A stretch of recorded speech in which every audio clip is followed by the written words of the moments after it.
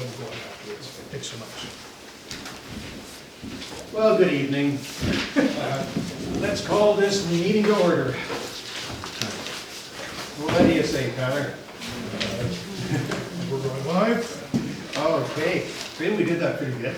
Good, very good, thanks.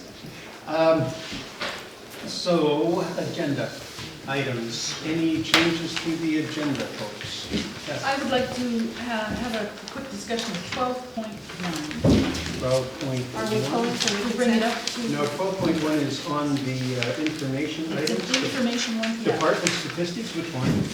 Forest Practices Board, where you change it Well, to. isn't that something Sorry. you want to pull from the consent agenda? It's in the information Yeah, item. 12.1? 12.10. 10. Sorry, 12.1. 12.10. Okay, you just want to have a brief chat about that at the Yes. end? So Okay. maybe new business, I don't know where you want to We'll put put it. it at the very end, where the information items is. Okay, Okay. Okay, any other additions to the agenda? We're not pulling yet, are we? No. Okay, motion to approve, all in favor, passed unanimously. Public comments. Who have we got this evening? Who's up first? Looks like John Dowler is up first. Okay. Good evening. Good evening. It's nice to see you all. I'm here just on behalf of Defend Island Forests to bring you a gift. This is a briefing document that we created, largely written by David Hawking and Will Husby, and with a lot of help from John Rich and Bob Turner. And what it outlines is techniques that the Minister of Forest Lands and Natural Resource Operations can use to take us out of the loggable status and put us into not loggable status. And this would be still a stopgap, but it'd be a lot more durable than just not being in the forest stewardship plan. And then later, you know, the community could talk about what kind of long-term protected status we may want or not, but this would be a really clear way to avoid having logging in the near term. So it's got quite a bit of detail in it. It's a good thing to have it with you at all times, just in case you meet a minister of the Crown and you want to give your case, and he says, oh, how could I actually do that? If I wanted to take Bowen out of the logging column, how would I do that? Look, I happen to have this document here. So we give this to you with a lot of enthusiasm and appreciation for what we know you're doing to try to make this happen, to prevent logging of forests, and maybe put a bit more wind in your sails. We're still here, we're still active, and we're always willing to help. So that's basically my spiel. Can I leave this with you? There is a Do we have copy, it? I think, in the agenda as Yeah, well. Yes, okay. And we have it on our website, and you may have received an email today with a link to it as well. Great. So, thanks very much. Thanks, John. Thank you, John. All right, Bon Campbell, please. I'm here on the AEDs. I did print this off, but I understand there's some consent, or you went off. I only printed off 6, it's too expensive with my inkjet.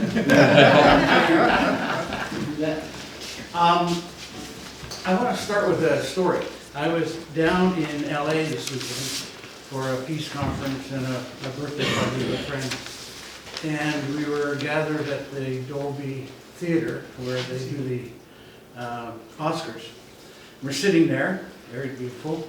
All of a sudden there's a big commotion. Somebody dropped dead right there in the hall. And all of a sudden, a whole bunch of people gathered around, and all of a sudden somebody came in and started CPR. And they were actively doing the CPR, and then somebody came along with one of his puppies. That person lived. And so I'm here to again stress that about a year and a bit ago, you agreed to cover the maintenance of the AEDs, and so Rotary said to you, well, we've got funding for 10, and you're 4, that'll be 14 units. Well, I just installed the 15th, and Jen reminded me that our agreement was 10. So I need your okay to go ahead and do another 10. You'll see on the back, the highlight in yellow are, the reason we still have money is because all the people that are highlighted in yellow, where the locations where these were paid in full by local residents. And so it allowed us to carry on. So we estimate that we have now enough money for about 4 more at this stage.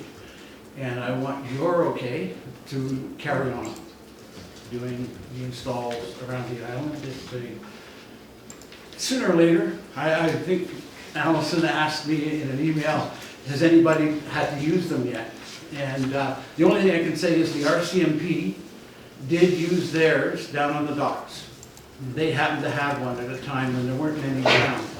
Now there's one down at yours, down at the library as well. So I encourage you to allow us to carry on. We don't want to use them. We don't want to use No, them. I know. I don't care if they ever get used, but I Yeah. do know they work. Yeah, absolutely. So on the consent agenda, we do have a recommendation that the fire chief and the emergency program coordinator be directed to work with the Rotary Club to identify appropriate areas of the island for new automatic external defibrillators and report back to council. Here's the one problem that we have, is that Rotary can only pay 1/3 the cost, okay? And so that's why we can, in areas where we canvass, people raise the difference, okay? And so that, Jen brought this up in a meeting, you know, there are areas where she feels there's people that don't have enough money to be able to do that. And I don't know how to resolve that, because I'm not at liberty to go ahead and just take the $21.50 roughly to install it. So if there's a way, you know, if somebody sees 2 or 3 locations and can find that money just to augment what we have, then we'd be happy to put them in areas that you designate are more important than, you know. So 2,150 is the total cost? No, it's actually about 2,400, but Rotary covers 750 of the actual unit itself, and then we build the birdhouses, that we call them, you know, so that they're identifiable around the island. Oh, just, you may or may not know, but on the 21st of this month, there is a big event at Dick's going through, I think the police are going to be there, and the ambulance, and Rotary, and the people who sell us these. They're coming to do a big demonstration, because that's one of the things we try and do is hold tea parties locally, but because we've now installed in Village Square and Artisan Square, we have no family that we can go in and say, we're going to hold a tea party here, and everybody in the neighborhood come around. So that's what, they're coming over to help us do a big event, and I ask you to encourage anybody on the island to come, because once they understand how it works, then they can use it anywhere. Right. Yeah. Okay, great. So Ellen has something she wants to say. Just when we get to this on the agenda, the question of how many is enough and how do we involve the neighborhoods that, that you're talking about, make sure that there's equal access Yeah, across Bowen, we can put that onto the Emergency Program Executive Committee agenda. I can do that. So that's, that would be great, that would be great. Anyway, I want to thank you all. I know you've put up with a lot of abuse and a lot of... But it takes a lot to just put yourself forward, so thank you for your efforts. Thank you. Thank you. Okay, thanks, Ron. Who's next? Next up, Mr. Douglas Ray.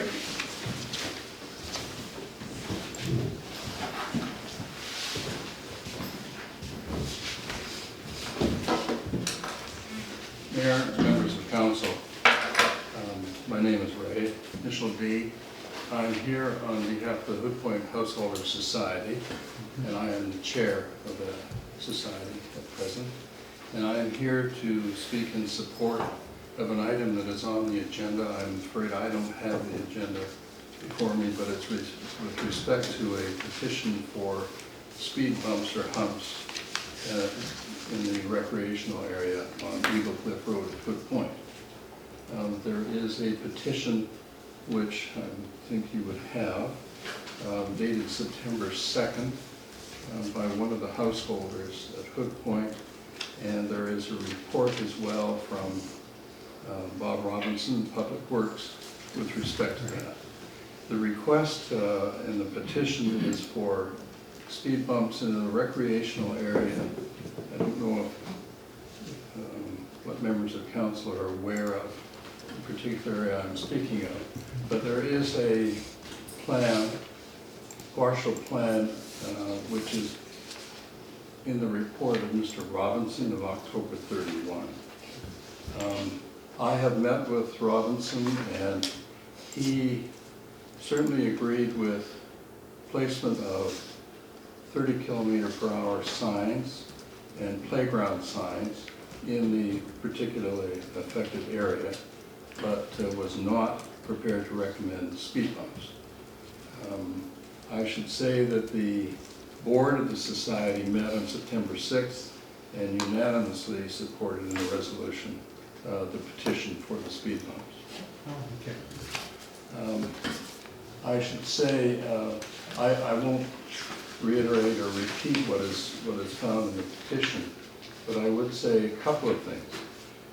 In the area that I'm speaking of, which is right where the playing fields are and what we call a community hall and the tennis court, there is a concern, and granted it is a seasonal concern, but a concern about public safety and particularly safety of children in the high season there, which I would say is from April, May through until at least September perhaps, Thanksgiving in October, but certainly through June, July, and August. The concern is with respect to children particularly, children of householders, because the traffic through there is presently 40 kilometers per hour, and quite frankly, and I've witnessed it several occasions myself, that's simply too fast in that area with small children, either coming to or leaving from the recreational area where they play baseball, any type of sports, tennis, community events, etc. So what I would like to, I should also say that is not found in the petition, that over and above the residential concern, that is the householders, as you must be aware, there is a public access there to Kate's Bay, and I have been there many times myself, particularly on the weekends during the summer. Excuse me, I go over full. There can be up to 12 and perhaps more vehicles there parked along the roadway, with families getting out with gear, beach, whatever, to go to Kate's Bay. And through that area, it is particularly dangerous during the summertime with that number of vehicles and people coming to and fro. So what I would like to recommend to council for its consideration is, first, is the placement of the signs. I would, if one looks at the report of Mr. Robinson, I would like to back that sign back further to where it's almost like South Cove Road, where it intersects with Eagle Cliff Road, where there's a speed limit of 40 kilometers per hour. I would suggest that it would be helpful to put a 30-kilometer playground sign starting there, because At the there's intersection? not at the intersection, well, just past the intersection, where that 40-kilometer sign is. I could be more precise if I referred you to the plan, if you wish. And then another sign, I would suggest, in the area that is recommended by Mr. Robinson, which is in the area where the public beach access is. And I would ask that the speed bumps or bumps be placed, one right at the recreational area as you enter to it from the south. For those of you who are familiar with it, there's a little wooden bridge there. And the other one in the vicinity of where the public access is. Now, I know that Mr. Robinson has given an estimate of cost of $4,000 per speed bump, which I found a little bit high, quite frankly, but I wouldn't know. But I think on balance that that is money well expended given the circumstance. It's a often used phrase, but it is an accident waiting to happen, quite frankly, because the speeding through there, even at 40 kilometers per hour, is too high, and it is not. It is seasonal traffic. It also is contractors getting off work at 4 o'clock in the afternoon, coming through there. I mean, I can understand they want to get home, but they're going through there at an excessive rate of speed. And even at 40 kilometers per hour, the buses coming through at 40 kilometers per hour in the summertime particularly is just, it's excessive. With young children there, riding bicycles, whatever. So that's my submission. Thank you. Okay, thank you. Thanks very much. Mr. Fitzgibbon?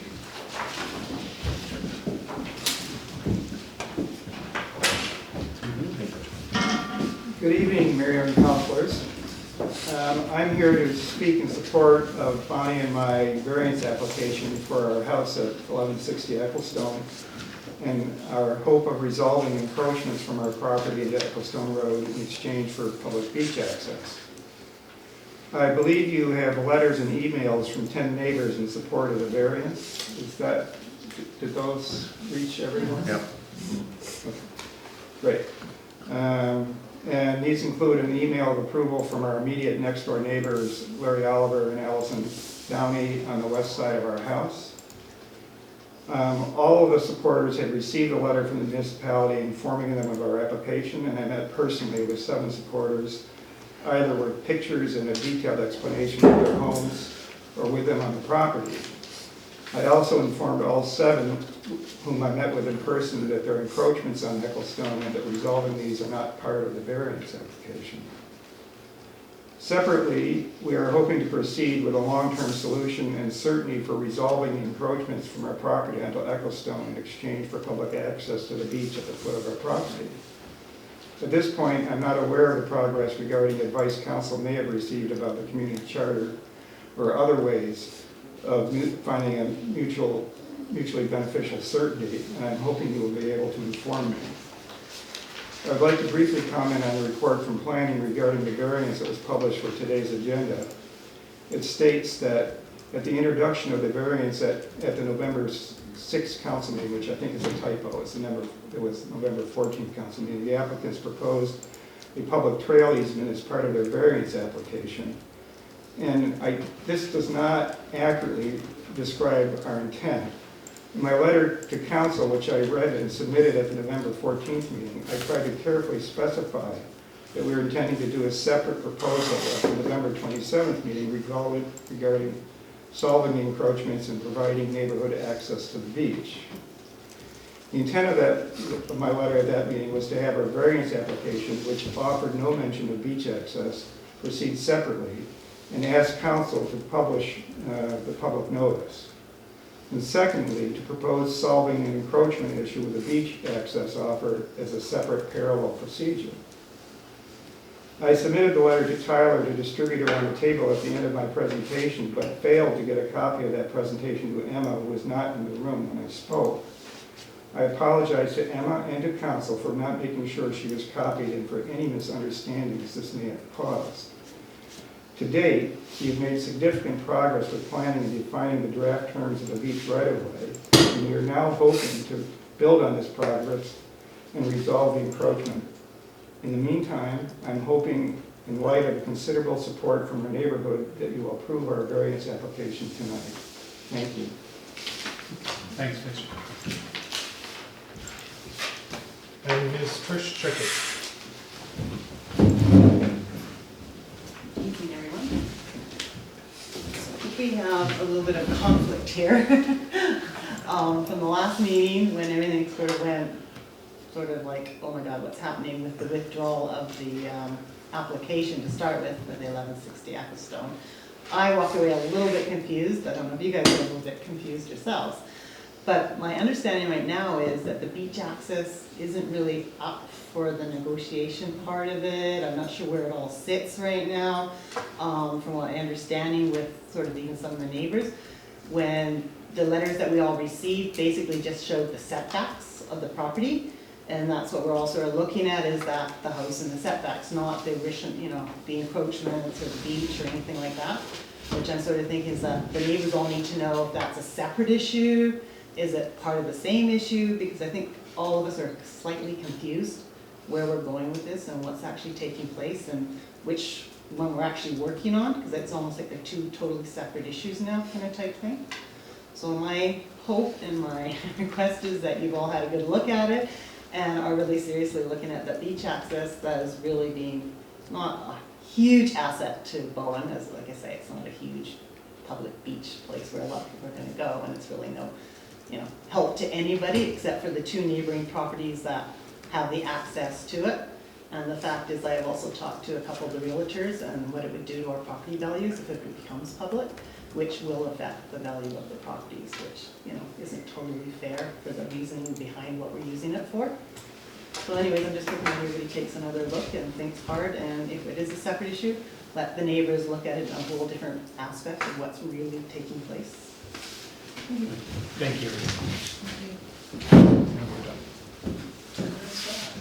Okay. Okey doke. So, on to the consent agenda. What do we have to pull from it? Michael? 3.10. 3.10 is the minutes of the Snug Cove Sewer. Correct. Okay. Anything else? Yes. I wanted to pull 3.7 and 3.9. 3.7 and 3.9. Okay. Right. Yes. But should we be deferring? In reference to 3.9, I think there's a difference between what we've heard here tonight and what we've seen in the, or my understanding from the engineer's report. I'd like to defer that. We have to pull it to the foot. Okay. 3.9? It's 7.1. Yeah. Yeah, making sure I'm thinking about right. Yeah. Okay. But I still would like to just, can we discuss it when it comes up? I'm happy with deferring it, but I'd like to. Okay. Good.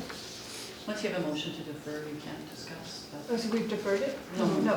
We'll do that when it comes up. Can we discuss it and then whether to defer? defer. Okay. Anything else?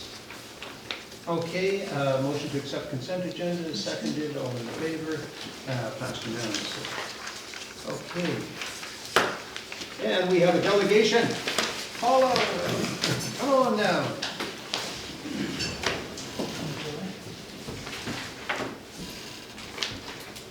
Good evening. Thank you for having me. Didn't recognize you.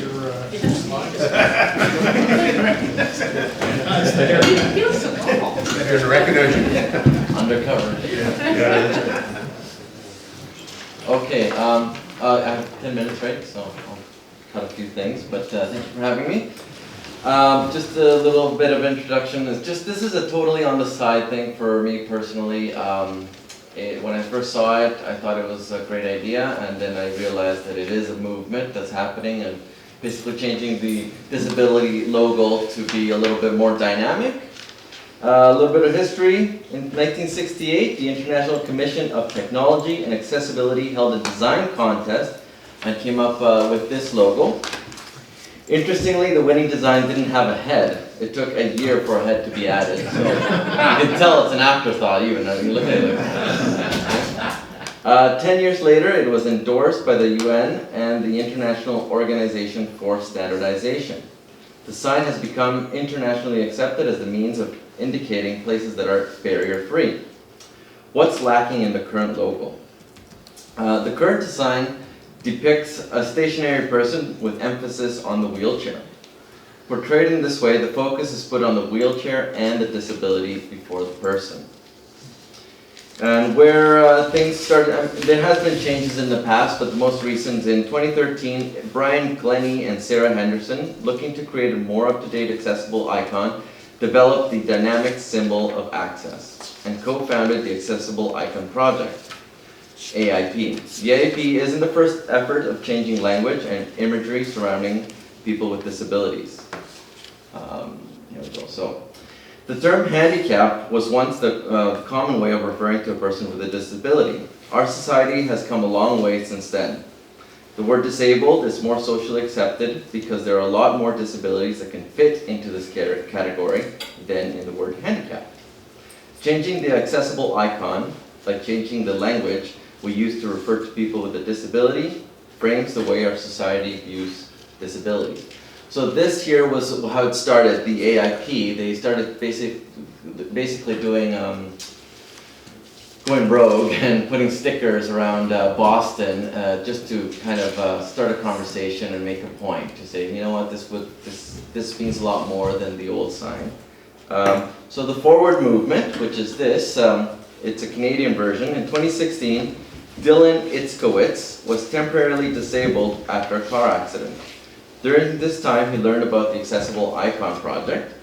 He was motivated to bring it to Toronto as a means of educating his society on the importance of bringing down barriers to be inclusive for everyone. So why this symbol? Disabilities come in many different forms, making it difficult to find a symbol that speaks to everyone's personal needs. Ideally, it'd be great to create a more representative symbol, but the International Symbol of Access serves as a purpose indicating barrier-free access. So everybody knows the old symbol, everybody recognizes it, so the best they could do is change it slightly, but try to make it mean a lot more. A radical change would create a long period of confusion. So the new symbol isn't perfect, but it is an improvement to the old while maintaining its identifiable characteristics. So it's an improvement in two ways. The person in the new image is more prominent than the one in the old image, and the new image shows movement, a symbolic action that emphasizes different abilities, and this reframes the way society views and interacts with persons with disability, even at a subconscious level. So the new symbol, let's just see here, this is again what it does, this dynamic, I just read these actually, Yeah. points, so it's not different. So what it does now, it creates conversation, sparks conversation, and you can have events to basically bring awareness to all ages. Say, you know, it's resurfacing the conversation about disabilities and how we are making our land a little bit more accessible for everyone. Let's see, where are we? So yeah, this new symbol is also meant to spark conversations that educate about the importance of removing barriers, both physical and cultural, to make Bowen more accessible and inclusive for everyone. For example, New York has adopted it, their state has adopted it, changing it to the new way. And even if you look, if you have an iPhone, Apple has their emoticon is the new Forward Movement, the more dynamic way of doing it. This is events that are held, Ontario, Toronto, he's hosted these events and people just make a whole show of it, which is great. And this is new little updates and things that they've accomplished. The most recent is in November, I had a conversation, a similar presentation to council in Squamish, and they have since adopted it. So they're going to be replacing any signs that come up for replacing any new spray painting that they have to do on parking lots. They're going to be changing it. They just said, we're forward thinking, we like doing things the way they think is right. So yeah, it's exciting, and I know we have an article on the chief, the Squamish chief. And yeah, and this is all, she motivated me, my daughter Maya. And yeah, I see her more than, you know, the wheelchair and the disability logo. But yeah, that's my speech, and I'm hoping that here for Bowen Island, it is something that you can consider adopting it in the long run and replacing any type of signage that you have around Bowen Island, and it shows the world visitors that, you know, we're forward thinking. Oh, thank you, Melanie. Great presentation, and I think it's really coming at a great time. I know Bix is kind of moving quite rapidly to be more barrier-free, because Little Matthew joined in, so I think it's just a really great time to be moving forward with this. Do you have a template? I asked actually the engineer in Squamish, because I actually emailed him a couple days ago, saying, how are you getting this logo? It's like, well, we have a logo person and we're just gonna give him what we saw on the website, the Forward Movement website, because they have all those templates there, and they just created it that way. Just looking at the in fact the template on the Apple, and you're right, they've already made that change. And it's not that my machine's any more up to date than anybody else. In fact, I'd make a very good case that it isn't, but there it is. So I think you've got some powerful allies. Thank you. I know I saw it years and years ago at a Starbucks in Chilliwack, and it blew my mind. I was like, oh, what is this? And but it was like maybe 5, 6 years. No, 5 years ago. It was wild. Yes. Is it, have you talked to the school district about this? Have you done presentations to the school district? I just emailed them, just say, hey, you might want to take a look at it, and a couple emailed me back. That's how Squamish got hold of me. But I think I've teamed up with a person in Toronto, and he's got his best friend here, so we're going to team up and be a little bit more organized and pitch it a little bit better. So yes, I think Children's Hospital might be a good place to also hit up. Sure. Very good. Paulo came and talked to me about this a little while ago, and it seemed like such a wonderful concept, and I knew where council would be going with this. So I've already asked Public Works staff as they move ahead to change the signage. Excellent, great. Even without a resolution. Even from without a council. resolution, I knew where you guys were going with this. So there, It's beautiful. your work is Beautiful. done. Thank you very much. Thanks, Paul. Thank you. Okay, business arising. We have Emma to talk to us about Ecclestone Road.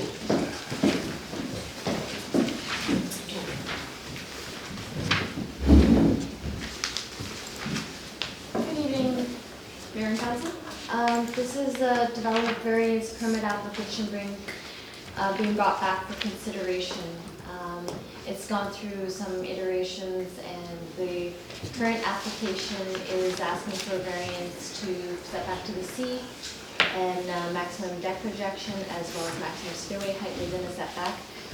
And the current property has several existing encroachments in public road right-of-way, and for that main reason, staff is recommending that council not consider this variance application at this time.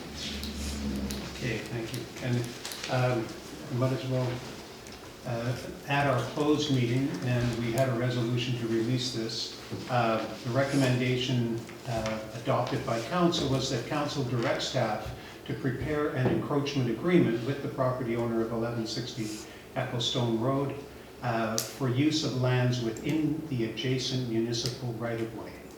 So staff has this direction, and that would precede the consideration of the DVP if we follow the recommendations on this. Thank council. So, discussion? Yes. Yeah, my question is, if we were to defer consideration of this DVP, I'm wondering what council meeting might be an appropriate one to put it forward to, like in February or something. There's a February 13th and a February 26th. What's wrong with January? What are your thoughts, Emma, on when you think you might be ready to bring it back? As long as the encroachment agreement is agreeable to the applicant, we could bring that to the first meeting in January Okay. for council approval. Okay. And then the variance can go to the following meeting. So that would be January 22nd, would be the second council meeting. Right. And that works for you then? Is that, yes, as far as notice periods and all that sort of stuff. Okay. You want to speak to that, Sue? Well, I mean, I really thought we should deal with the DVP as its own thing, and then deal with the encroachment, since it's been going on for 30 years. And this is not the person that did it in the first place, that we should deal with that separately, because I believe the applicant wanted to solve that as well as dealing with the beach access. So if I'm understanding correctly, staff is recommending to council that we should resolve the encroachment issue before we issue the DVP. Yes. And I guess I would, is that what everybody, I mean, there's one thing to direct having the encroachment agreement drawn, which I think solves the issue that we're dealing with the encroachment, so,